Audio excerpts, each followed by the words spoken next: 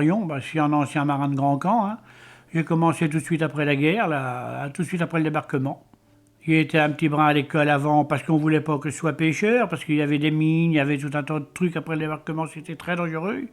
Mais j'ai quand même tenu bon, puis j'ai fait le métier de la pêche. Alors on a commencé ce métier-là, j'ai commencé ce métier-là en 48, oui, 48, 47.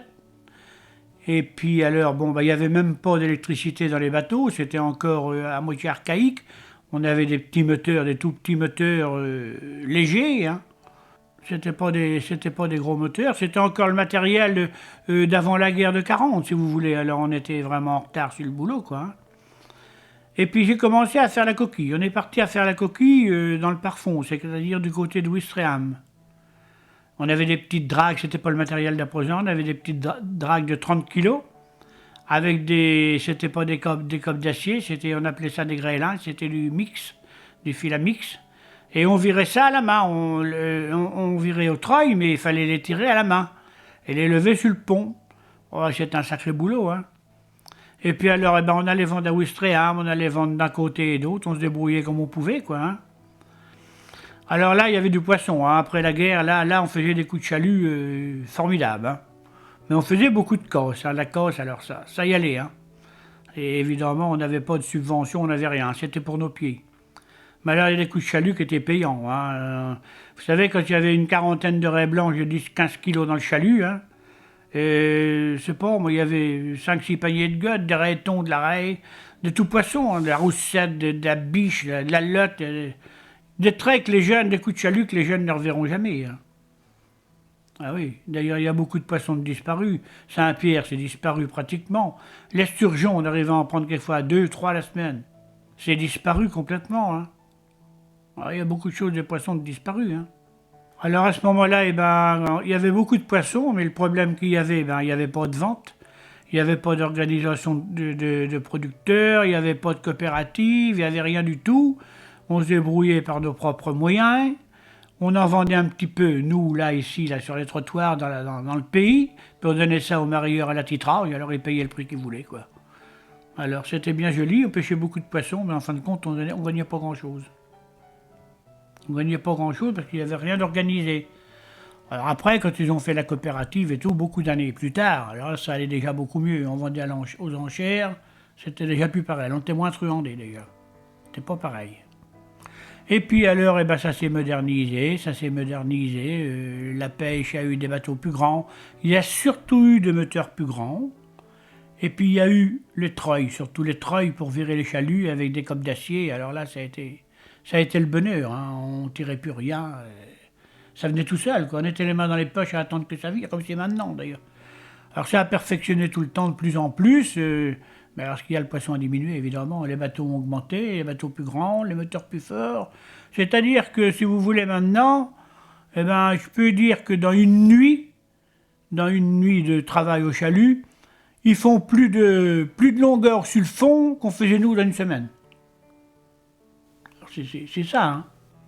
C'est ça. Parce que, si vous voulez, quand on travaillait, quand on traînait le chalut, on le traînait tout le temps en descendant le courant. Parce qu'on n'avait pas de force motrice pour leur monter le courant. Donc on était obligé de descendre du courant. Et puis on avait des chaluts à verre, c'était pas les chaluts de maintenant. Donc impérativement, on pouvait descendre que le courant. Mais quand on était rendu en bout de course, qu'on virait le chalut, fallait remonter le courant à la voile, c'est-à-dire sans le moteur, pour retrouver le point de départ et recommencer. Alors si vous voulez, là, il y avait déjà plus de la moitié de temps perdu. Qu'à présent, à présent, ils font ce qu'ils veulent, hein. Ils font ce qu'ils veulent, ils remontent comme ils veulent, ils font ce qu'ils veulent, il n'y a rien qui les arrête, hein. Moi, j'ai commencé dans un bateau qui faisait 12 mètres.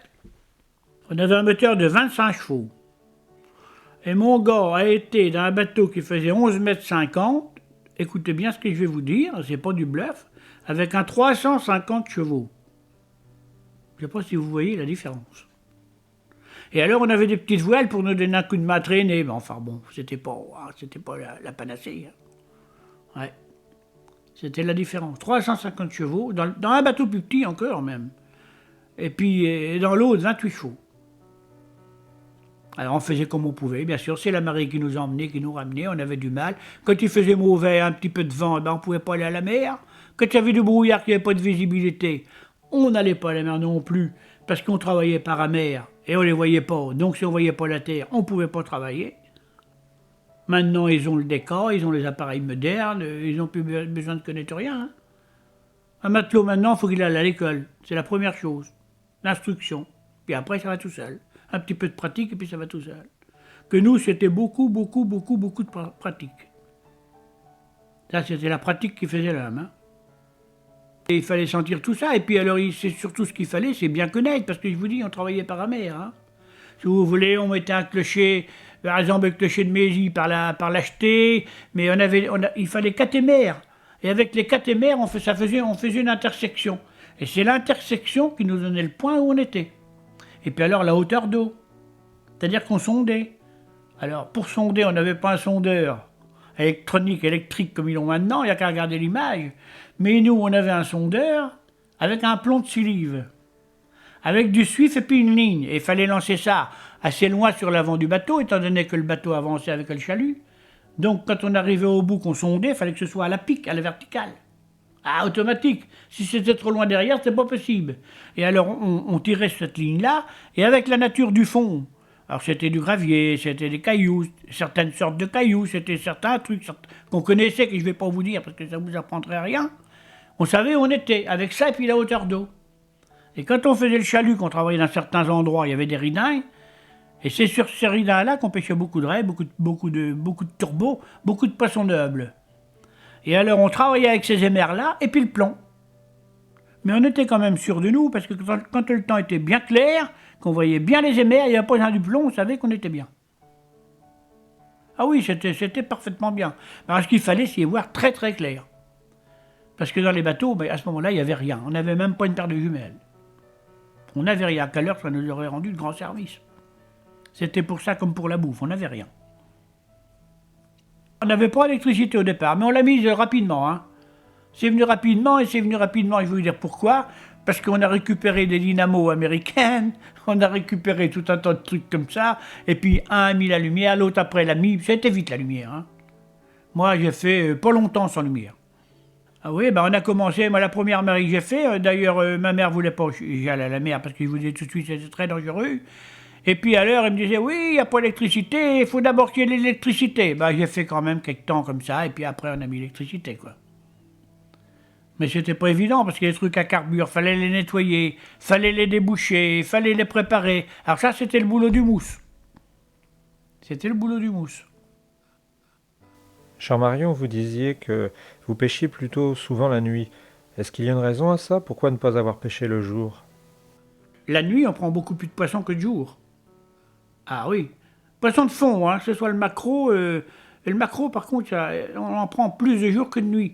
Mais tout l'autre poisson, je crois que c'est le seul poisson d'ailleurs, ça et puis le bar. Mais tout le poisson plat, même les merlans, la morue, tous ces poissons-là, c'est des poissons qui ne se prennent pas de jour. Vous allez prendre 200 kilos vous allez prendre 200 kilos de morue dans le chalut, vous allez faire un coup de chalut de jour, mais vous n'allez pas en voir une au même endroit. Et alors, quand il y avait du brossage, quand il y a du brossage, quelquefois à l'été, que le temps est orageux, alors la mer est phosphorescente. Hein. On voit les corbes dans l'eau à 8-10 mètres. Là, vous pêchez rien. C'est encore pire que de jour. Ah oui, la mer est phosphorescente. On appelle ça du brossage, nous. Alors, ça fait des petites étoiles dans l'eau, si vous voyez. Hein, alors là, vous êtes sûr que vous pêchez rien, parce que au fond, le poisson, il voit le chalut à perpète. On va un tout petit peu plus vite que le courant. Vous voulez, hein? Non, ça va pas très. Au contraire, pour la seule, il faut aller très lentement. Il y a du poisson qu'il faut aller plus vite. Par exemple, le merlan, hein? C'est du poisson qui est entre deux eaux, qui est levé du fond un peu. Hein? Alors là, par contre, il faut de la vitesse. Tout le poisson rond, il faut de la vitesse. Maquereau, encore plus. Le bar aussi, mais tout le poisson plat, il faut aller très lentement. Pour la seule, à la limite de même arriver, pas aller assez vite et prendre du sable dans le chalut. Pour la seule, la plie, la limande, tous ces poissons-là, le turbo, la barbu.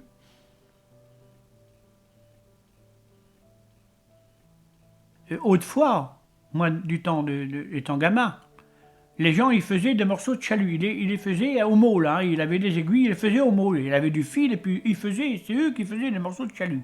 Mais maintenant, on achète un ballot de chalut. Hein, on a des plans, on fait des plans de chalut, hein, comme on fait un plan de n'importe qui. Et puis alors, on coupe là-dedans, on fait les morceaux, et puis on assemble tout. C'est comme ça qu'on fait. Alors à chaque morceau, si vous voulez, on change de couleur. Voyez-vous, si on a deux bleus, par exemple, on met du blanc dans le milieu pour joindre.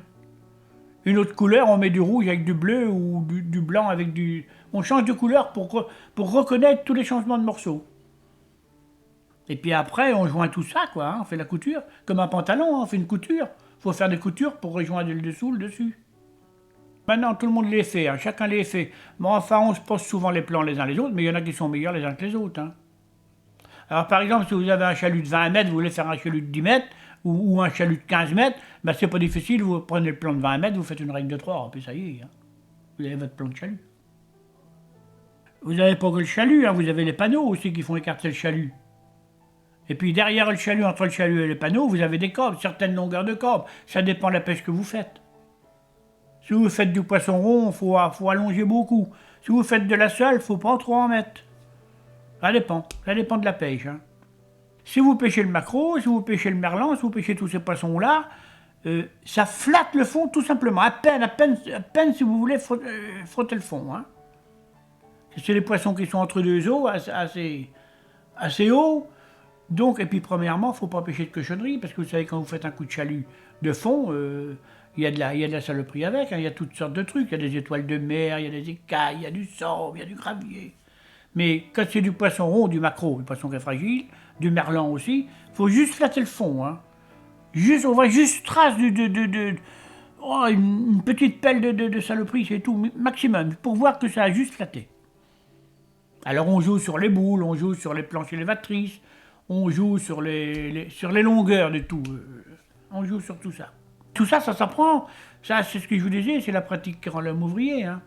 Faire un chalut, mon avis, faire un chalut, c'est donné à tout le monde. Faire un chalut. Hein. Les gens qui ont un petit peu d'idées, tout le monde sait bien faire un chalut. Mais régler un chalut, c'est une autre histoire. Tout le monde ne sait pas. Hein. Beaucoup de gens croient qu'ils savent, ils ne savent pas. Régler un chalut comme il faut, c'est très difficile. C'est-à-dire qu'il faut avoir l'habitude, faut mesurer, faut calculer, faut être minutieux. Faut être minutieux. Ah, ben alors après le débarquement, on a remonté tout, même des mines, hélas, parce qu'il y a des bateaux qui ont sauté sur des mines. Hein. Malheureusement, on a perdu des copains qui ont sauté sur des mines. Mais on ramène des cailloux, déjà. Donc, les cailloux, c'est la nature, bon d'accord. Mais après la guerre, on ramenait des avions, on ramenait, je ne peux pas vous dire, moi, des obus, de tout. De tout. Un jour, on a retrouvé un pistolet, mais qui était tout neuf, on a tiré toutes les balles avec. Toutes les balles, on l'avait mis dans le mazout, nettoyé grosso modo, on a tiré toutes les balles avec. Ouais. Empêché de tout, de la saloperie. Hein. Des obus, de tout. Il y a un coin à la côte, moi que je connais particulièrement bien et qui n'est pas connu de beaucoup de monde. Et il n'y a vraiment pas beaucoup de monde qui le connaît. C'est en baie de Saint-Vent, en petite rade. Ben, on passait dans un cimetière. Et on pêchait des bouts de pierre tombale. Ouais. Est-ce qu'il y a, dans le fait d'être matelot, quelque chose qui vous met en rapport avec la nature ? Le métier de matelot, c'est un superbe beau métier parce que quand vous voyez un beau coucher de soleil, l'été, qui fait beau, vous voyez le soleil se coucher, ou vous voyez le matin se lever, qui se lève en pot de fleurs, qui sort de l'eau, mais c'est magnifique, ça n'a pas de prix. Ça n'a pas de prix. Et alors on connaissait beaucoup la nature parce que il y a beaucoup de signes dans le ciel qui nous disent, bon, ben, à peu près certains, on va avoir ce temps-là. Il y a des signes dans le ciel qu'on connaît, il y a tout un tas de trucs. Hein. C'est pour ça qu'on est assez pointilleux sur le temps qui va venir. Hein. On dit, tiens, bah, à peu près certain, dans 48 heures, on va avoir ce temps-là. On disait soleil en lune, Vanamon et de la brume. Ben, le soleil, vous savez, c'est quand il est en lune, quand il est... Vous savez, on croirait la lune. Hein. Ça vous est arrivé de voir ça? Ah si, le soleil, vous voyez tout pâle, on croirait la lune. Ben, vous pouvez dire Vanamon et de la brume. Ça, c'est sûr et certain. Ah oui. Et Est-ce que vous avez déjà eu peur sur la mer? Ben la peur, écoutez, moi je fais pas de la vantardise, mais je peux vous dire que j'ai jamais eu peur. Enfin, il m'est jamais arrivé de coup dur. Hein. Ça, j'ai eu de la chance, bon Dieu était avec moi, il m'est jamais arrivé de coup dur. Et on n'avait pas l'appareil, parce que, c'est-à-dire que l'hiver, on faisait quand même la côte anglaise, hein. On allait à la coquille, on faisait 10 heures de route. On n'avait pas de décor, on n'avait pas de radio. Si on avait la radio, c'est tout ce qu'on avait. Mais on n'avait rien. Alors il y a des bateaux des Giépois, des bateaux qui travaillaient à ce moment-là, ils faisaient la coquille, ils avaient déjà le gogno, eux. Alors ils nous levaient au gogno pour arriver à les trouver, quoi. Mais quand on revenait, il y avait 3-4 lignes de vapeur à traverser, de cargo. Mais quand il y avait du brouillard, au bout de 10 heures de route, il ne fallait pas se tromper, hein. Alors qui c'est qui nous guidait?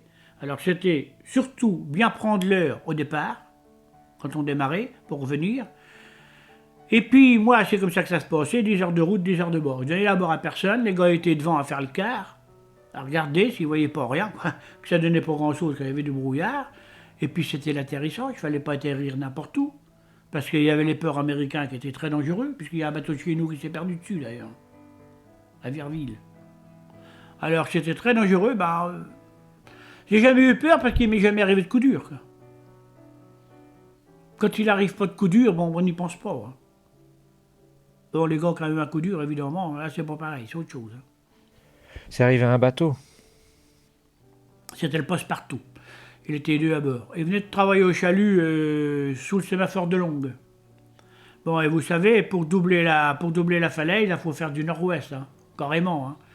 Bon, il y avait du flot, hein, c'est-à-dire que la marée montante, la mer amenait à terre. Hein. Et il n'a pas dû prendre assez de large, je ne peux pas vous dire. Il s'est embarqué sur le port américain, il s'est échoué dans les épaves, et puis il a coulé, ils ont été perdus tous les deux. Et il y avait du brouillard, on les a retrouvés 2-3 jours après. On en a retrouvé un sous la falaise, là, sous la percée, et puis l'autre, on l'a retrouvé à la côte de l'autre côté. Ah, c'était dans les années, je ne peux pas vous dire, je ne me rappelle plus, mais les années 60 peut-être. Peut-être même plus. On n'y a pas été nous parce qu'on était en réparation, on était sur la cale. Donc on ne pouvait pas y aller, mais ils ont tous été cherchés. Hein. Alors bon, quand il est venu un petit peu plus clair, ils ont retrouvé le bateau parce qu'il y avait encore les morts et puis ils les ont vus, quoi. Mais ils ont vu ce qui s'était passé, mais les gars, on les a trouvés 3-4 jours après, morts, quoi. Bien sûr. À bord de vos bateaux, est-ce que vous aviez du matériel de sécurité, des radeaux, des bouées, des brassières? On n'avait rien. Même nous, quand on traversait la mer, là, je vous dis qu'on faisait la côte anglaise, vous savez ce qu'on avait? Un mauvais radeau, c'est-à-dire un truc en clé GCL grand comme la table. Alors il fallait se foutre à l'eau puis se passer le bras dedans. Vous voyez, au mois de janvier, l'eau comme elle est, il se passait le bras dedans, je vous dis pas. On n'avait rien. À bord des bateaux, on n'avait rien. Les barques, autrefois, il avait des canaux, il avait des embarcations, des annexes, des jolies annexes, hein, qui étaient derrière la passerelle. Mais nous, on n'avait rien. Et le mieux, c'est quand on passait une visite de sécurité, à ma honte, et je vais vous le dire, parce qu'on était tous comme ça, il y avait comment qui s'appelle, un radeau pour 10 ou 15 bateaux, et quand l'inspecteur avait le dos tourné, on se passait les radeaux d'un et l'autre des bateaux. Alors après, ils ont voulu qu'on ait le numéro et le nom du bateau. Là, on ne pouvait plus tricher. Bon, enfin, ça donnait pas grand-chose d'avoir un truc comme ça. Hein. C'était grand comme la table, fallait se passer le bras dedans, se mettre à l'eau dedans. Et donc, ça donnait rien. C'est le froid qui décorait le bout des jambes. Hein. Ouais, c'est comme ça. Mais pour la bouffe, c'était pareil, là, il n'y avait rien. Quand j'ai commencé à naviguer, il n'y avait rien. Chacun embarquait son bout de pain. On a embarqué de l'oignon, du persil, une demi-livre de beurre, 2 demi-livres de beurre la semaine, et c'était tout. Pour faire la matelas seulement, et puis de l'huile, et puis c'était tout. Alors c'est-à-dire qu'on mangeait du poisson toute la semaine. Mais on n'avait pas de gamelle, on n'avait rien. Quand on allait, si vous voulez, quand on a fait la coquille, parce qu'on a fait pas mal de coquilles du côté de Ouistreham, là. Alors on allait vendre au Havre ou on allait vendre à Ouistreham. C'était après la guerre, ça, hein, tout de suite après la guerre. Eh bien, quand on allait relâcher, on allait en relâche, quand il faisait mauvais temps, on allait plusieurs coups, pas mal de temps, nous, au Havre. On allait au Havre. Tout était démoli d'ailleurs. Et bien on disait, tiens, on va faire de la soupe d'oignon. Alors on faisait de la soupe d'oignon, c'est pas très compliqué de faire de la soupe d'oignon, hein. Mais on faisait ça dans le chaudron, hein, du beurre. Mais on n'avait pas de fourchette, rien, on écrasait ça comme on pouvait. Et puis alors pour manger la soupe, à votre avis, comment qu'on faisait?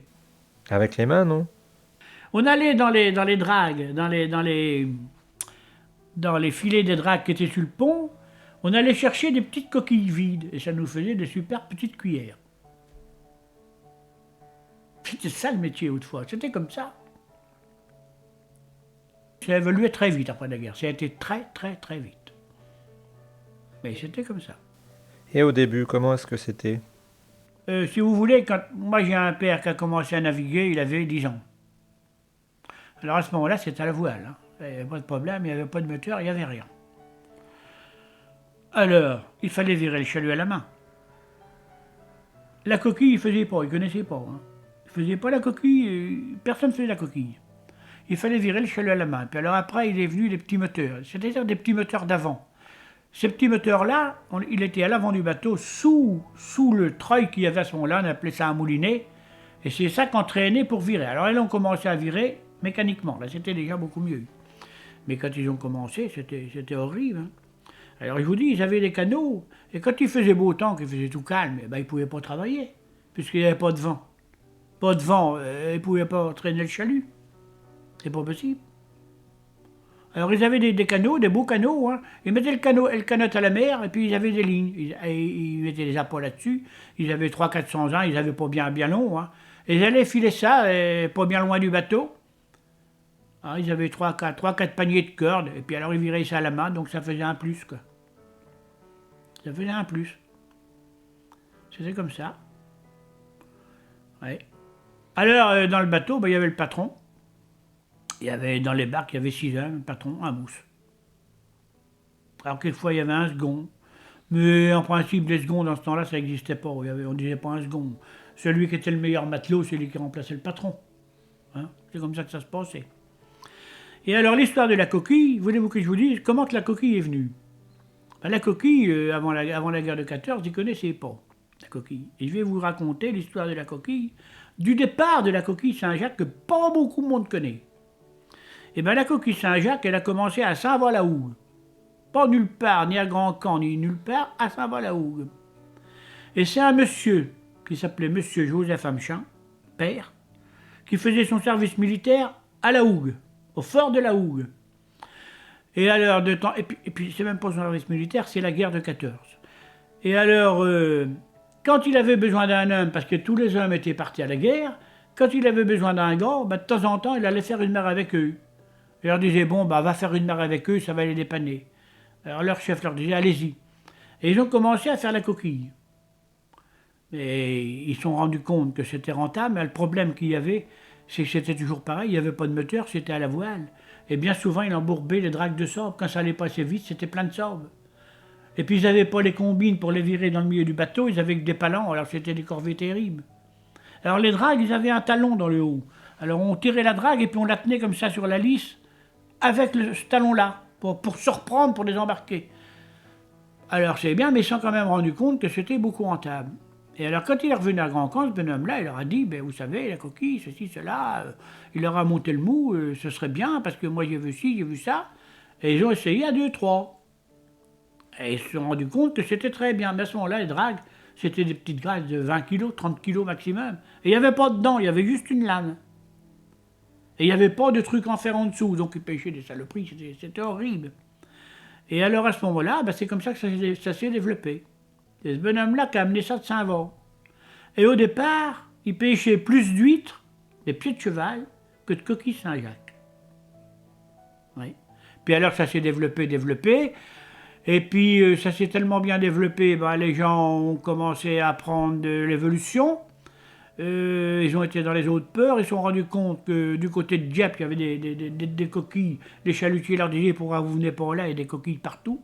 Ils ont commencé à s'expatrier, ils ont commencé à aller à Dieppe. Alors là, il y avait les moteurs, il y avait tout. Hein. Et puis ils se sont rendus compte que vraiment, il y avait de l'argent, on y gagnait de l'argent. Et alors les grands copains s'expatriaient tous les hivers. Sur 20 bateaux, 25 bateaux, il y en a. Mon père, il n'a jamais été. Il a été quelquefois, mais il n'aimait pas, lui. Il aimait bien sa maison, il n'aimait pas cette histoire-là, parce que ce qu'il y avait, les gars étaient à bord des bateaux, et puis quand on était à terre et puis qu'on avait pas mal de sous, eh ben c'était la Java, c'était la maille. Et ça posait beaucoup de problèmes. Alors, comme il n'aimait pas ça, il n'allait pas. Mais ils ont gagné beaucoup d'argent, et c'est là que les gens ont commencé à s'expatrier. Et puis après, il est venu Cherbourg. Alors Cherbourg avec les chalutiers. Alors là, c'était autre chose. Il y a des grands copains qui sont partis. à Cherbourg. Parce que la baie, c'était plus rentable. Hein. C'était plus rentable, il n'y avait plus assez. Puis il n'y avait pas trop de bateaux déjà pour trouver des places. Alors ils sont partis à Cherbourg et se faire des avenirs. Et ils se sont fait des avenirs parce qu'ils ont tous fait des patrons. Tous, les uns comme les autres. C'était tous des gars de valeur, hein, premièrement. Des gars sérieux, des gars de valeur. Ils ont tous fait leur trou. Mais ça a été, Dieppe et Cherbourg, ça a été un petit peu la perte du pays. Et on a dit qu'un bateau coûtait relativement cher. Je pense que ça devait être assez difficile d'en avoir un. Comment est-ce qu'on faisait? Eh ben, ça se passe qu'il faut faire des emprunts parce que personne n'en a l'argent au départ. Oui, pour avoir un bateau, on n'a pas un bateau comme ça. Personne n'a le capital d'avoir un bateau, ça coûte trop cher. Hein. C'est pas possible. Alors, il y a Crédit Maritime, il y a toutes sortes de banques, il y a toutes sortes de trucs. Il faut trouver du pognon. Quoi. Et c'est pas toujours évident. C'est pas toujours évident. Et est-ce qu'à Grand-Camp, il y avait des chantiers de construction qui existaient avant? C'était super. Hein. Ils faisaient de la construction, c'était presque plus de la construction, c'était presque de l'ébénisterie. Mais en solidité aussi, par contre, il y avait les deux. Ouais. Ils faisaient de très très beaux bateaux. Où est-ce qu'ils étaient? Du côté du port? Eh ben, ils étaient où est le jardin maintenant? C'est là qu'ils étaient. Ils étaient où est le jardin? Et alors, quand ils lançaient les bateaux, ils faisaient une rampe de lancement, hein, tout simplement. Ils faisaient des épis, si vous voulez, en bois. Hein. Le bateau était sur un berre. Et puis alors, le bateau était sur un berre, hein, on mettait le bateau sur un berre. Et puis on lançait le bateau directement à la mer. Alors fallait que ce soit une grande marée. Tout le pays était. Hein. On disait on a lancé le Gloire-à-Dieu, on a lancé la Providence, on a lancé le Jacques-Henri, on a lancé tout, enfin tous de superbes beaux bateaux. Hein. Alors ça c'était magnifique. Hein. Quand ça partait à l'eau, là, c'était tout le pays était. Et alors il y avait deux bateaux qui étaient là, prêts à prendre la remorque pour les rentrer dans le port. Mais ils étaient que les bateaux étaient finis, mais il n'y avait rien. Il n'y avait pas de moteur, il n'y avait rien. Les bateaux étaient faits, bien souvent même pas de mort. Hein. Et tout le reste était fait à quai, sur la cale. C'est comme ça que ça se passait. Quelle est la durée de vie moyenne d'un bateau en général? Oh, un bateau qui était fait chez eux, bien entretenu, ça durait 40 ans. Ça pouvait durer 40 ans. Mais le problème qu'il y a avec les bateaux, c'est que le moderne va tellement vite qu'on n'arrive plus à suivre. Ça allait tellement vite à ce moment-là. Après, ça a été les gros moteurs. Après les gros moteurs, ça a été les treuils. Après les treuils, ça a été tout le matériel électronique. Et puis tout le temps, et puis tout le temps, et puis tout le temps. Vous n'avez pas fini de payer un truc. Quand un truc nouveau arrive, il faut le remettre. C'est ça qui était surtout la mort des armements. 70 peut-être. Peut-être plus, je ne peux pas vous dire, c'est pas une date exacte. Faut pas trop se. Faudrait rechercher, quoi. Ils n'avaient plus de boulot parce que, justement, il n'y avait plus de bateaux à faire. Ils n'avaient plus de boulot. Il y en a même un des deux frères, c'était deux frères, et puis le père est décédé, les deux frères avaient repris. Et il y en a même un qui a été travailler au chantier à Port-en-Bessin chez M. Tabourel, qui était un ami à moi d'ailleurs. Parce qu'il n'y avait plus de boulot à Grand-Camp, il n'y avait plus assez de bateaux. Il est arrivé un moment qu'on était 4 bateaux dans le port. 4 bateaux de 12 mètres dans le port. Faut se rappeler de ça. Hein. C'est nous qu'on a tenu le port à 4 ou 5. Il n'y avait plus personne, tout le monde était parti. Ah oui, c'est comme ça. Alors évidemment, 4 bateaux, il n'y a plus de boulot là. Hein. C'est pour ça ils ont fermé le chantier, ils sont partis. Après, la pêche est revenue, oui, c'est revenu. Il en est revenu un, on est revenu deux, c'est revenu. La coquille est revenue par là. Alors la coquille en revenant par là, ça ramenait tout le monde, quoi. Il y en avait plus. Et il y en avait tous les hivers régulièrement. Et puis ce qu'il y a, à ce moment-là, dans ce que je vous parlais tout de suite, il n'y avait pas d'organisation de pêche, il n'y avait rien. Alors c'était pas encourageant non plus. Mais un bateau qui faisait 10 jours de mer, il fallait qu'il aille vendre impérativement sa pêche à port. Ça, c'était pas possible de vendre là. Il n'y avait que le petit bâtinage, les petits bateaux, alors on donnait aux marieurs. Moi, j'ai été pendant 10 ans de ma vie vendre à Saint-Valahougue. Parce que là, c'était la brasserie. Hein. Alors on allait vendre à Saint-Valahougue. Et puis les grands bateaux, alors qu'ils faisaient la côte anglaise, l'hiver, ils faisaient la coquille, ces bateaux-là, et puis l'été, ils faisaient le chalut. Ils faisaient le chalut en baie de Lime, hein, sur la côte anglaise. Ils faisaient leurs 8-10 jours de mer, ils allaient vendre à port. Ah, c'était pas une solution non plus, quoi. Venant de la mer, on enfilait directement à port. Mais alors après, il y a eu des portes de mise au port qu'il n'y avait pas. Il y a eu... Le port a été dévasé. On a fait des superstructures, on a fait la criée, il y a eu vraiment des choses qui ont été bien, quoi. Hein. Alors ça a ramené tout le monde. J'aimerais bien qu'on parle de quelque chose qui m'a surpris, moi n'étant pas de grand camp, mais qui paraît habituel à tous les grands copés. C'est ce qu'on appelle, ce que moi j'appelle les garages affilés, mais que vous appelez autrement. Ce qu'on appelait les seuls, c'est tout simplement des garages à matériel. C'est là qu'on fait les chaluts, c'est là qu'on fait son matériel. Mais à ce moment-là, il n'y avait rien, chacun avait son garage, chacun se débrouillait comme il voulait. Parce qu'il n'y avait justement pas d'organisation. Mais maintenant, il n'y a pas longtemps que ça a été fait, les nouvelles seules, hein, il y a 10 ans. Il n'y avait pas. Hein.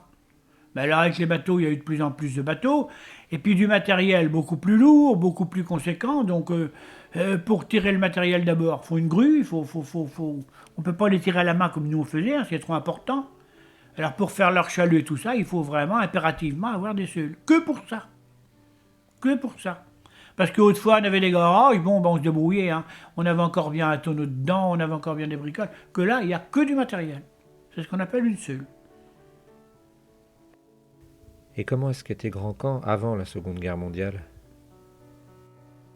Alors, Grand Camp avant la guerre, alors ça n'avait rien à voir avec Grand Camp de maintenant. Les bateaux, même, il y avait le port était déjà fait, hein, en 39, 38, 39, le port a été fait bien avant, mais le port était tout le temps vasé. Donc les bateaux, ils pouvaient pratiquement jamais rentrer, sauf de grands marées. Et alors à ce moment-là, il y avait les corages. C'est-à-dire qu'ils avaient les corages, ils avaient une vente qui était faite sur la cale. Sur la cale, vous voyez où c'est que les pies, là, il y a un petit bout de cale. Et bien, ce petit bout de cale-là, il allait jusqu'à la plage artificielle. Et l'école de voile était une halle de marée. Alors les bateaux, ils mouillaient à l'écordier. Qu'est-ce que c'est que l'écordier? Ben, c'est juste en face Grand Camp, entre la grève et puis la bosse mer, quoi. Ça à sec, c'est des plateaux rocheux, mais enfin ça à sec, c'est assez plat. Et alors ils mettaient des corps morts avec des grosses chaînes barrées, hein, et puis les bateaux s'amarraient là-dessus. Et ils débarquaient leur pêche dans la gondole ou dans le canot. Ils venaient débarquer là sur la cale. Et puis la halle de marée était là à l'école de voile. Et alors c'est chaque patron qui vendait sa pêche. Mais ça vendait pas à l'enchère, ça vendait en descendant, si vous voulez. Vous commenciez à 10 francs pour finir à 5. C'était le contraire de maintenant. Alors c'était ça. Moi j'étais tout près, donc j'étais tout gamin. Je vais vous dire que. Mais alors quand il faisait mauvais, quand il ne pouvait pas débarquer, il mettait le pavillon à la halle, pavillon tricolore à la halle. Donc c'était interdiction de débarquer, mer trop grosse. Alors là, il fallait qu'il se débrouille, à Saint-Var ou à Isigny aussi. Mais beaucoup à Saint-Var à ce moment-là, que c'était beaucoup plus facile. Parce qu'à la voile, c'était pas évident. Et puis à Isigny, il n'y avait pas tellement d'eau non plus, ça changeait souvent, c'était souvent Saint-Var. Alors c'était comme ça. Et puis il y avait des porteuses. C'est-à-dire que les femmes de matelots, des femmes qui étaient en retraite, ils portaient le poisson, si vous voulez, dedans le canot, dans la gondole, dans le picoteur, ils avaient des picoteux aussi. Alors le marieur achetait le poisson, et c'est ces femmes-là qui prenaient le poisson de la gondole, qui allaient le porter à la halle. C'est-à-dire qu'ils montaient toute la cale, ils traversaient la route, et allaient porter ça à la halle. Alors à ce moment-là, le poisson était dans des paniers et dans des mannes. Hein, il n'y avait pas de caisse, il n'y avait pas rien. C'était comme ça. Alors il y avait des femmes qui allaient porter, des porteuses, qui étaient payées à chaque marée, tant, pas beaucoup. Bon, et puis il y avait aussi, à ce moment-là, il n'y avait pas beaucoup de réverbères dans Grand Camp. Enfin, il faut bien. Je vous raconte ça parce que j'ai entendu raconter ça par les vieux, hein, parce que moi, je n'aurais pas su. Il n'y avait pas beaucoup de réverbères. Et alors, quand il fallait partir à la mer à 2-3 heures du matin, tenez-vous bien, c'est les mères des mousses qui allaient réveiller les gars. Alors s'il y en a un qui habitait au port, l'autre qui habitait au cimetière, et il travaille. C'est la mère des mousses qui allait réveiller l'équipage. Parce qu'ils étaient tous mouillés là sur les cordiers. Ah mais ça a beaucoup changé, Grand Camp. Là au musoir, il y avait 50 matelots. Tout le temps. Tout le temps, tout le temps, tout le temps. Tout le temps. C'est là le musoir. C'est que j'habite, musoir. C'est ça le musoir. C'est tout le secteur là. Alors là, il y a eu des commerces de supprimés, mais il n'y a plus de commerce. Les Grands Camps étaient vivants, c'était pas pensable. Hein. C'était pas pensable. Ouais, puis il y avait la pêche à pied aussi, les gens qui allaient à la crevette, avec des filets. Alors il y avait des femmes qui faisaient ça. Ils faisaient ça, mais c'était un travail, hein. Alors ils avaient des filets, ils faisaient leur marée de crevettes, et puis quand ils remontaient à la saison estivante, quand c'était les estivants, ils remontaient avec leur pêche, ils roulaient leur filet sur le cercle, voyez-vous, pour bien le tendre, et puis ils mettaient leur pêche comme ça sur le filet. Ils étalaient leur pêche sur le filet, puis ils présentaient ça comme ça, alors les gens achetaient. Alors ça discutait, 100 sous, 40 sous, 50 sous. Mais il y avait 15, 20 femmes qui faisaient la crevette. Il n'y avait pas beaucoup d'estivants à ce moment-là, il y a moins de monde qui allait à la crevette que maintenant. Alors les commerces, il y avait une pompe là, une pompe avec une roue. Il y avait des pompes partout. Tout le monde n'avait pas l'eau courante, hein. Et la lumière non plus, et le water encore moins. Cette maison-là était la première maison du Perret à avoir les water. C'était la première. C'est comme ça que ça se passait. Alors les commerces, eh ben, il y avait là dans la rue du Docteur Boutrois, voyez-vous, quand on monte là. Bon, il y avait, attendez, il y avait 1, 2, 3, 4, 5, 6. Il y avait 8 commerces, il y a 8 commerces de supprimés. Vous vous rendez compte? Il y avait un marchand de draps qui faisait bistrot, qui vendait des draps, qui vendait des... Bon. Après, en descendant, il y avait une personne qui faisait épicerie, dépôt de mazout, dépôt de pétrole fin, parce que les gens servaient beaucoup de pétrole fin. Ça allait dans la lampe à pétrole, ça, on s'éclairait avec ça. Ils vendaient du charbon, ils vendaient tout ça. Bon. Après, il y avait un pâtissier, là, qui a été fermé. Il y avait un droguiste, qui a été fermé. Ok? De l'autre côté, j'en monte. Alors, il y avait la petite épicerie, là, elle est toujours. Bon. Mais après, il y avait un boulanger, un marchand de fromage, qui vendait des fromages, qui vendait des laitages, qui vendait des gâteaux le dimanche. Il y avait tout ça. Alors, dans la rue principale, là, partant du bas de la côte jusqu'au port, alors, il y en a, je ne sais pas combien de fermés. Je ne peux pas vous dire. Et quels étaient les rapports entre la côte ici et la terre? Est-ce qu'il y avait des rapports entre les deux, les gens de la côte et les gens de la terre? On ne peut pas dire que c'était bien, c'était mitigé. Il y avait des jardins partout, oui. Puis alors, ce qu'il y avait, qui a été supprimé, où sont les HLM, là? Il y avait des super petites routes. Il y avait des petites routes qui étaient magnifiques. Et dans toutes ces petites routes-là, on voyait la mer. C'était magnifique. Il y avait des petits chemins de randonnée qui étaient magnifiques, qui ont été supprimés, qui étaient magnifiques. Ils ont fait des maisons partout, des rues partout, là. Bon. Et est-ce que vous savez d'où vient le nom de Grand Camp? Alors, d'après les historiens, c'est Grand Camp Campus. C'était un grand camp.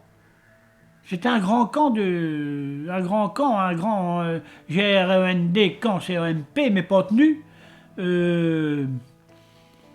Et Étansville était, d'après les historiens, était beaucoup, beaucoup plus important que Grand Camp. Grand Camp, c'était un grand camp d'armée militaire. Parce qu'il y avait beaucoup d'excursions d'anglais. Vous savez très bien. C'était un grand camp de soldats qui étaient là, qui défendaient le rivage. La maison suit là, c'est une petite maison de pêcheurs, avec un toit de chaume. Je vais vous le montrer quand vous allez sortir. Grand camp était beaucoup plus avancé dans la mer, parce que quand on va sous l'église, là, un petit peu à gauche quand même de l'église, je me rappelle plus maintenant, je ne reverrai plus, je pense plus. Mais quand j'étais jeune, je me rappelais très très bien, il y avait 3 marches. Il y avait 3 marches en granit. Et d'après les vieux, c'était une église qui était là. D'après les on-dit. Hein. Alors ça doit déjà être très très très vieux.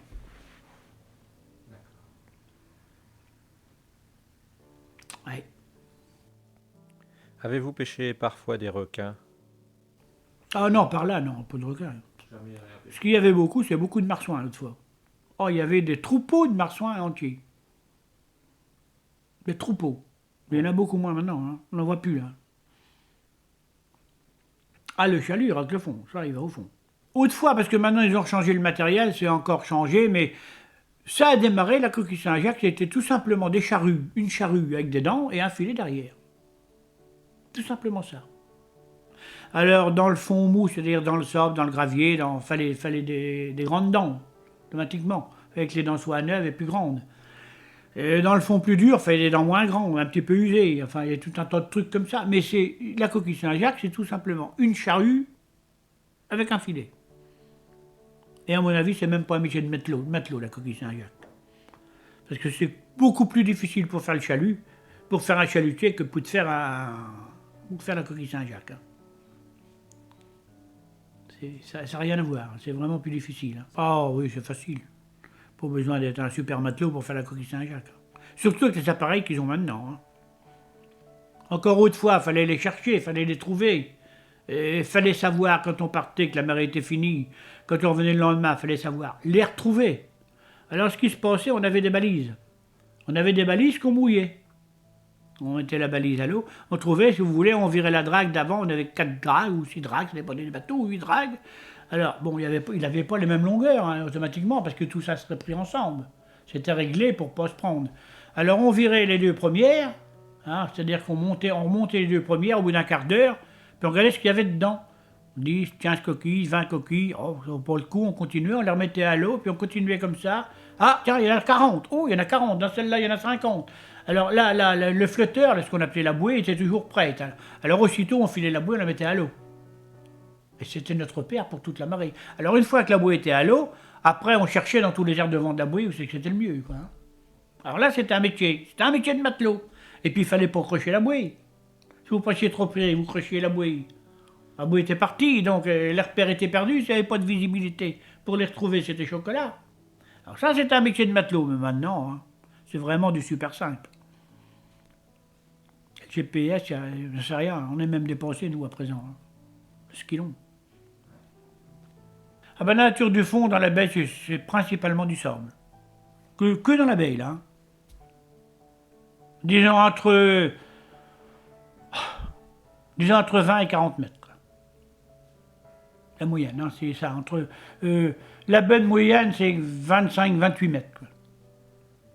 Alors quand on monte un peu plus nord, après c'est du caillou, c'est pour ça qu'il fallait beaucoup connaître quand on faisait le chalut. Sans appareil dans la baie. Est-ce que quand vous avez vu les premiers documentaires de Cousteau, est-ce que vous avez trouvé qu'ils étaient intéressants? Est-ce qu'ils vous ont apporté certaines choses? Ah, ça nous a beaucoup intéressés, mais ça nous a rien apporté. Ah, c'est-à-dire qu'on a appris des trucs qu'on ne savait pas. Ça, c'est sûr. Sur les espèces de poissons, comment ils vivaient, comment ils se nourrissaient, comment que ça se passait, c'est sûr. Mais pour notre métier, ça nous a apporté rien. Ah si, il y avait une curiosité. Oui, c'est certain, mais on a appris beaucoup de choses sur les espèces de poissons, sur tout ça, mais sur tout le reste, ça nous a rien appris. Hein. Et quand vous étiez au-dessus de la mer comme ça, est-ce que vous aviez envie de descendre, de connaître ce qu'il y avait dessous, de voir? Bah si, parce qu'on a dit bien des fois, vous allez rigoler, on a dit bien des fois, après le débarquement, quoi, hein, 4-5 ans après le débarquement, on disait bien souvent, bah on voudrait bien voir la mer s'assécher pour voir comment c'est pas le fond, parce que qu'est-ce qu'il doit y en avoir. Hein. Ouais.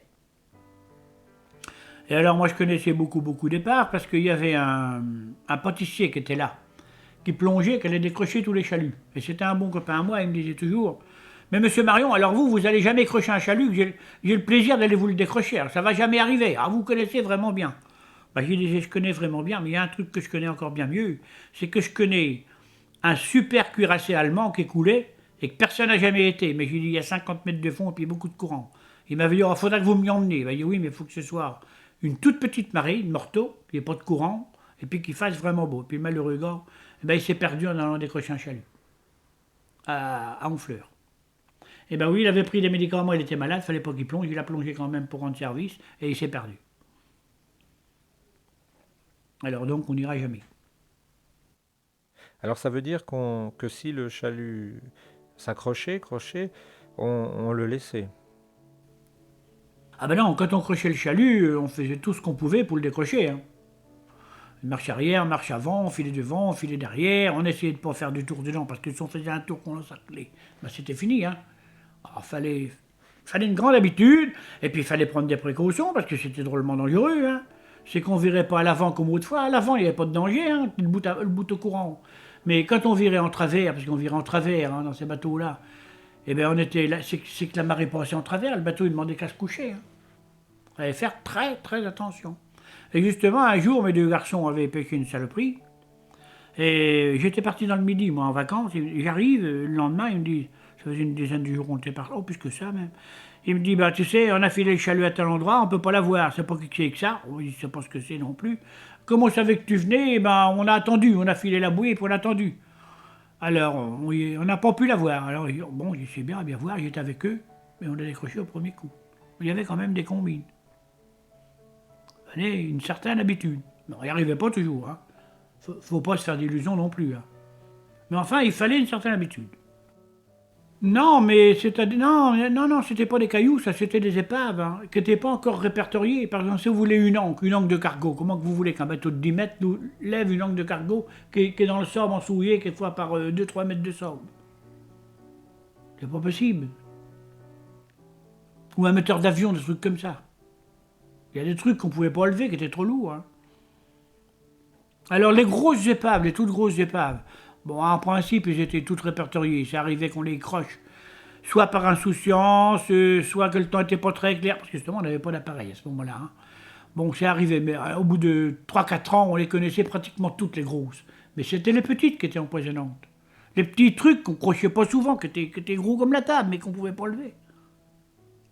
On passait quelquefois 50 fois là, et puis la 51e fois, à 2 mètres près, plouf, ça y est. Et entre marins, est-ce qu'il arrivait d'échanger des points, des points de repère, des amers? Oui, à terre, oui. À terre, oui. On disait, bah tiens, on a pêché ça à tel endroit. Bon, d'accord, on le savait, c'était bon, c'était répertorié. Bon, après, il y a eu le décor, puis les cartes, les points, et bon, après, c'était fini, hein. On répertoriait ça sur les cartes, et ça, tout le monde se les donnait, hein. Ça, c'est certain que tout le monde se les donnait. Il se les passait même en clair à la radio, hein. C'est pas... Est-ce qu'il y avait une solidarité entre pêcheurs, entre vous? Attendez, il y avait une grande concurrence. Hein, c'est-à-dire que si vous aviez trouvé un bon coquille, ou si vous saviez qu'il y avait du poisson, un truc comme ça, tout était bon pour pas le dire aux autres. C'était humain, c'était normal. Mais au moindre coup dur, il y avait une grande solidarité. Un bateau qui était en panne, par exemple, dans ce temps-là, il n'y avait pas de problème, hein. Alors c'était pour signaler qu'il était en panne, parce qu'on n'avait pas de radio, on n'avait rien. Il envoyait le pavillon, mettait le pavillon à tête de mort. Alors on dit, ah tiens, bateau là-bas, il a le pavillon, il a quelque chose. Le premier qui était là, y allait, hein. Ça c'est certain. Et on ne laissait pas un bateau dans le pétrin, ça jamais. De mon temps, c'était comme ça, jamais. Maintenant, moi, je suis plus dans le coup. Pareil qu'il y a des... Il y en a qui n'entendent jamais, c'est-à-dire, hein, ils sont jamais branchés, hein. C'est toujours les mêmes, hein, ils sont jamais branchés. Mais en fin de mon temps, ça se passait pas comme ça, hein. C'était plus difficile techniquement, c'était plus difficile de travail, c'était tout ce qu'on voulait, mais c'était plus humain. C'était beaucoup plus humain. C'était moins chacun pour soi, c'était moins il n'y a que l'argent qui compte. Par exemple, dans les séparements. Il y a des gens qui n'ont pas fini riches et pour cause. Mais qui peuvent marcher à tête haute, il y en a d'autres, pas pareil. Et quand les personnes embarquaient, quand vous embarquiez, est-ce qu'il y avait est-ce qu'il y avait une permanence de l'équipage? Ah non, ah non, non, ça embarquer, c'est débarquer comme ça voulait, hein. Ah oui, il n'y avait pas de... Il n'y avait pas de contrat de travail, il n'y avait rien. Il embarquait aujourd'hui, demain il pouvait redébarquer, il n'y a pas de problème. Dans les bateaux qui gagnaient bien, oui, il y avait une certaine stabilité. Et puis il y avait quand même des gars qui étaient plus fidèles les uns que les autres, aussi. Moi, j'ai eu un gars avec moi pendant 20 ans. Vous avez embarqué le même matelot pendant des années. Oui. Et quand vous avez pris votre retraite, est-ce que la mer vous a manqué? Est-ce que vous aviez envie d'y retourner? Jusqu'à un certain âge. Maintenant, ça me fait plus rien. Parce que moi, j'ai eu un petit canot, là, avec un copain. Et j'ai fait beaucoup, beaucoup de bars. À la pêche au bar. Et j'ai fait, oh, beaucoup, mais beaucoup de bars, hein. Bon, et puis le copain, il est décédé. Ben, j'ai dit, j'arrête, et puis c'est fini, hein. Ça me manque plus. Par contre, je vais à la pêche à pied, là, à la crevette, là, l'été. Faire des petites marées de crevettes à pied. Bon, il y a des moments quand il fait beau, je les vois partir, là, il y a un beau soleil, beau temps, je dis, oh, ça c'est un temps de demoiselle, ça me plairait bien quand même. Mais vous savez, 72 ans, aller à la mer tout seul, un petit voilier de 6 mètres, c'est risqué aussi, hein. C'est pas ce qui peut arriver, hein. Il faut quand même être prudent. On a eu son temps, il faut laisser la place aux autres. Chacun son tour.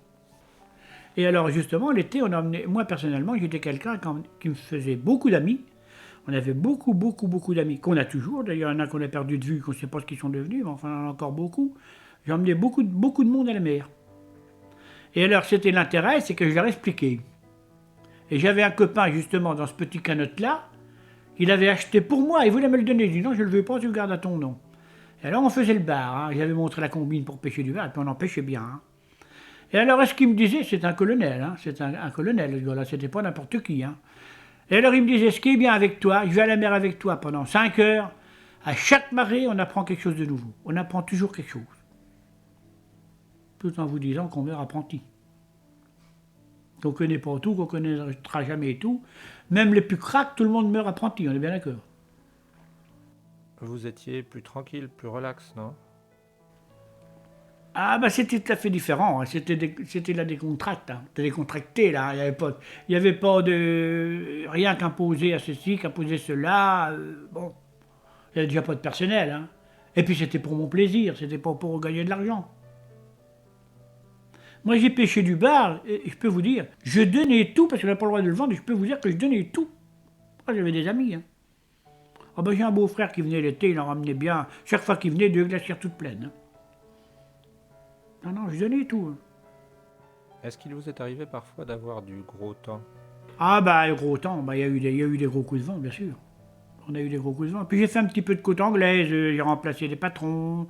Un qui était parti passer un examen là, à Saint-Malo, alors j'avais fait tout l'été sur un bateau de 20 mètres comme patron. J'aimais pas ce métier-là. Il n'y avait plus de famille là. 2 jours à terre et puis on s'en revient, c'était pas mon truc. Bah, j'aime beaucoup la vie de famille. Bon, la pêche, on faisait la nuit, on faisait 24 heures, même 48 heures, mais on restait là 12 heures. Bon, c'était pas pareil. On avait des gamins qui grandissaient, il faut les voir grandir, ces gamins. On n'a qu'une vie. Est-ce que vous pourriez nous dire quelques traits de caractère des marins, des pêcheurs? Euh... En principe, les matelots, les pêcheurs, ils sont francs, déjà. Et puis ils sont très famille. La femme, c'est la patronne de la maison. Hein. Moi, je me suis jamais occupé des comptes. C'est pas ce qu'il y a sur le compte en banque. C'est pas... J'arrivais à la mer, je disais, bon, tu en as cassé ça, faut ça. Faut ça. Je ne demandais pas, y a-t-il de l'argent, y a-t-il pas de l'argent? C'est elle qui se débrouillait. Il n'y a pas plus heureux qu'une femme de pêcheur. Hein. Ah oui, c'est vrai. Hein. Ils font ce qu'elles veulent. Moi, ma femme, elle a toujours fait ce qu'elle a voulu. C'est pas ma femme qui portait la culotte, parce que non, je suis quand même assez quelqu'un d'assez personnel. Mais elle en portait bien la moitié. Hein. Pas de moitié. Et c'est normal. C'est normal. Elle élevait les gamins, et quand on était à la mer, il fallait prendre des décisions, il fallait bien qu'elle les prenne. On peut pas être à la foire et au moulin. C'est pas possible. Alors qu'on s'occupe déjà de bien son métier, de bien son matériel, c'est qu'il y en a des choses à faire dans un bateau. Il n'y a que le matériel, mais la machine à s'occuper, et le nettoyage, et l'entretien, mais on y est tout le temps. Moi, depuis que je suis à terre, je fais beaucoup, beaucoup de bricoles. Là, j'ai fait tout, pratiquement tout dans la maison. Mais quand je travaillais, je plantais pas un clou. J'avais pas le temps. J'avais pas le temps. Et puis il faut que tout soit en état, c'est pas de dire c'est à moitié, il faut que ce soit en état comme il faut, correctement. Alors la femme, il faut bien y laisser des responsabilités. Hein. Puis de toute façon, moi j'avais une femme qui avait le poil, alors là, elle était capable de tout. Hein. Ça là-dessus, veuillez faire confiance. Alors je ne m'occupais pas des comptes, jamais, jamais, jamais, jamais.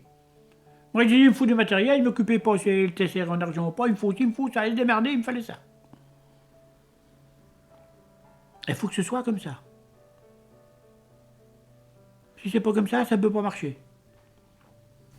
Et en cas de malheur, c'est-à-dire au cas où l'équipage se perdait, au cas où l'équipage disparaissait, tout le monde se noyait, est-ce qu'il y avait une solidarité entre les marins, entre les familles de marins? Il n'y a que dalle, il n'y a que les comités locaux qui font des efforts. Hein. C'est vrai que moi j'ai mon fils qui s'est perdu à la mer, ils ont été très bien. Le comité local, ils ont été en dessus de tout, super. Hein. Mais ils ne peuvent pas tout faire non plus, hein. On ne peut pas aller au bout du monde. Hein. Ils ont la demi-retraite, quoi. Mais le mieux, c'est que ma femme a travaillé, elle a vendu du poisson pendant 20 ans là sur le trottoir. J'aurais mieux fait de l'embarquer parce qu'elle aurait touché une retraite et ça nous aurait rendu bien service. Mais ça se faisait pas dans ce temps-là. On le faisait pas. On aurait pu le faire. Rien n'empêchait, mais on l'a pas fait. Il y a des femmes qui embarquent maintenant? Il y a des femmes qui embarquent. Il y en a une à bord du Pénélope, à Grand-Camp. Oui.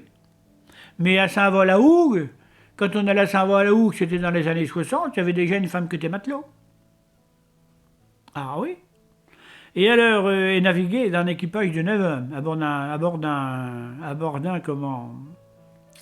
d'un cordier. Alors son père avait dit non, pas de salisette, parce que quand même une femme, bon, hein, il vous fait pas de dessin, mais bon. Et il avait dit non, je veux bien que tu navigues, mais pas comme ça. Alors il avait acheté un petit canot et puis elle faisait la côte, toute seule. Alors c'était quand même mieux. Oh bah il doit être en retraite maintenant, il était à peu près de mon âge. On a souvent dit, quand on parlait des femmes à bord, mauvaise pêche, est-ce que c'est vrai? Ah non, c'est pas ça. Mais ce qu'il faut pas embarquer à bord d'un bateau, surtout pas, et pas en parler, c'est du lapin. Ah ça, faut pas en parler. Hein. Et alors mon dernier gars là, qui s'est perdu, 2-3 ans avant de se perdre, il avait acheté un lapin, puis il avait fait cuire un lapin. Le lapin était cuit, il a amené à la gamelle. Il y a un des gars qui a dit qu'est-ce qu'on mange? Ben, il dit tiens, j'ai amené un beau lapin. Il est débarqué. Il est parti, il a débarqué. Moi je dis c'est de la bêtise, enfin bon. Mais enfin c'est vrai qu'avec mon père, c'était certainement des coïncidences. Chaque fois qu'on mangeait du lapin, le lendemain la mer était mauvaise. Mais c'était des coïncidences tout simplement. Est-ce qu'ils étaient croyants? Ah, il y avait de la croyance. Il y avait une super croyance dans les matelots. Parce que quand mon père était jeune, le lundi, quand il arrivait sur les fonds, il arrivait sur les fonds pour mettre le chalut dehors. Tout le monde se mettait sur la casquette, tirait sa casquette, tout le monde se mettait à genoux sur le pont et il faisait la prière. Avant de mettre le chalut dehors, tous les lundis. Ah oui. Et moi je peux vous dire, je me rappelle encore, dans l'église de Grand-Camp, le chœur plein de matelots. Et tous les matelots chantaient la messe. Et c'était pas le curé cantonné, tous les cantiques et les psaumes, c'était un matelot. Oui, qui s'appelait Auguste Condé. Qui avait une voix super. Ah oui, il y avait une très très très grande croyance dans les matelots. Et surtout la Sainte Vierge. Mais les matelots étaient très très très croyants. Là-bas, c'est un bateau en alu, voyez-vous, là. Puis il y en a un autre grand qui vient de partir, là, il y a une demi-heure, là. Ah ben, ils s'en vont pêcher la coquille au large. Puis il y a un autre tout de suite qui est rentré, là, il vient de rentrer, là. Il a passé là, tout de suite, auprès, là. Alors on a une paire de jumelles dans la maison, parce que, bah, on voit plus loin, quoi, c'est encore plus agréable, quoi. Alors les jumelles, elles sont toujours de service à la main, prêtes à prendre, hein. C'est tellement agréable que... Je crois même, Jean-Marion, que votre pièce, là, votre salle de séjour est aménagée pour voir la mer en toute saison. Ah oui, ben alors là, la pièce, voyez-vous, la pièce, elle est plus petite parce qu'on a un panneau amovible là pour aller dans l'autre pièce. Mais alors l'hiver, on ferme parce que c'est beaucoup trop grand et puis alors ça demande beaucoup trop de chauffage, quoi. On est mieux là, fermé. Mais quand va venir le printemps, le beau temps, on va ouvrir ces panneaux-là amovibles et alors ça va faire une grande pièce toute magnifique. Puis la cuisine est derrière. Ah ben là, on voit la mer partout, hein. On voit la mer dans les deux pièces. Et d'ailleurs, les gens, quand ils viennent à la maison, bien souvent, je leur donne ma place là, au bout de la table, parce qu'ils sont directement face à la mer. Alors, c'est ce qu'ils disent. Qu'est-ce que ça peut être agréable, mais on resterait là, on resterait des journées entières. Jean-Marion, voilà que s'achève notre entretien, et je voulais simplement parler de quelque chose d'assez insolite. Vous avez en fait arrêté de fréquenter la mer, d'embarquer, mais dans une certaine mesure, c'est elle qui est venue à vous maintenant. Est-ce que vous pouvez nous expliquer ce qui se passe de temps en temps à Grand-Camp chez vous? Ah ben oui, mes grands-parents avaient construit la cour et puis fait un mur, parce qu'on était autrement, on était envahis par la mer. Mais alors depuis, eh ben, on est beaucoup plus tranquille. Mais alors, quand il fait mauvais, eh ben, la mer passe par-dessus le mur et ça tape dans les carreaux de la salle à manger là. Et alors quand il y a un gros coefficient avec des vents du large, ça coïncide avec des vents du large, et ben la mer passe d'un côté de la rue et puis de l'autre côté, et tout le pâté de maison est dans une île. Voilà, Jean-Marion, c'est la fin de notre visite. Merci de nous avoir reçus. Je suis persuadé que les gens n'hésiteront pas à vous contacter ou par téléphone ou directement pour vous demander de leur raconter votre histoire. Merci encore et bon vent à vous le marin. Merci.